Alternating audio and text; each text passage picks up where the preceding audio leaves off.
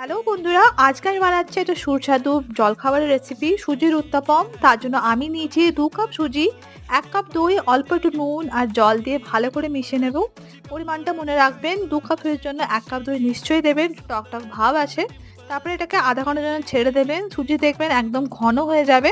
তারপরে আমি এখানে যে কিছু সবজি, আপনারা ইচ্ছে মতো সবজি দিতে পারেন, যেরকম গাজর, বিনস, ক্যাপসিকাম, লঙ্কা, তারপরে ধনেপাতা, কারিয়া পাতা আর পেঁয়াজ দিয়ে ভালো করে মিশিয়ে নিয়েছি।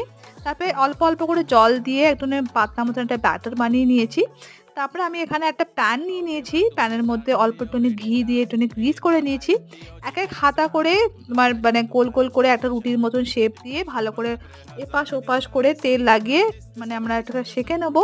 এভাবে আপনি বানাবেন, দেখবেন গরম, গরম খেতে খুব ভালো লাগে। আপনি এটাকে ধনেপাতার চাটনির সাথে সার্ভ করেছি। ভিডিও পছন্দ হলে প্লিজ লাইক, শেয়ার, সাবস্ক্রাইব করবেন যাতে আরও আমি ভিডিওস আনতে পারি। Take care and bye, by.